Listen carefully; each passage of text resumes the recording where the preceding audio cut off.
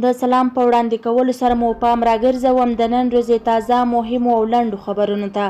لومړی خبر: طالبان په قطر کې د طالبانو د سیاسي دفتر ویان سهیل شاهین د زلمي خلیلزاد او ملا برادر د لیدنې خبر ورکړی.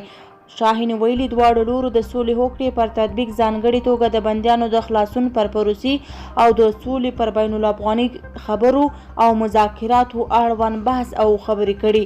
دویم خبر: ملي امنیت شورا په 2 ورځو کې 83 نور طالب بندیان خوشي شوي. افغان حکومت وايي په تیرو 2 ورځو کې 83 نور طالب بندیان خوشي کړي. د ملي امنیت شورا د دفتر له لوري په خپره شوې اعلامیه کې راغلي چې د سولې په برخه کې د پرمختګ او د ولسمشر د حکم پر بنسټ یې تیره ورځ 21 او وړمه ورځ 83 طالب بندیان خوشي کړي. د سرچینې په خبره په دې سره د ټولو خوشي شویو بندیانو شمیر 933 ته رسیدلی. دریم خبر: د ملي پراختیا شرکت وايي له افغانستان سره د هند د مرسته شویو غنمو د دویمې محمولې بارول پیل شوي.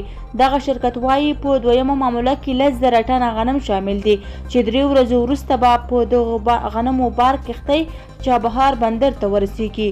هند له افغانستان سره د 15,000 ټنه د غنمو مرستې اعلان کړی چې تر اوسه پورې 15,000 ټنه هیواد ته رسیدلي. څلورم خبر: ماسنداوړ د پښتون ژغورنې غورځنګ مخکښ غړي ماسنداوړ یو ځل بیا د لر او بر یو افغان نارې په بدره کولو سره ترهګر ریاست ته ګوتڅنډنه کړې.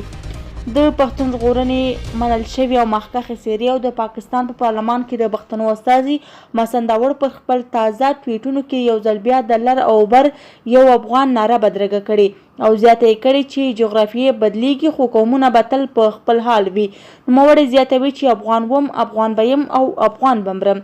پنځم خبر: ننګرهار والي د ننګرهار والي شاه محمود میاهیل وایي چې د عدم تشدد د مشرانو هدایي خدمتګار پاچاهان د مقبرې د جوړېدو کارونه اوس مخ په تکمیلېدو دي.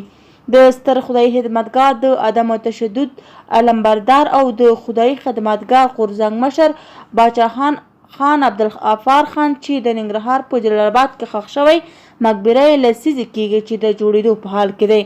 دا وه زموږ د نن ورځې ویډیو. که مو ویډیو خوښه شوې وي ویډیو لایک او چینل سبسکرایب کړئ. له توجه څخه مو نړۍ مننه. تر بیا ښې چارې.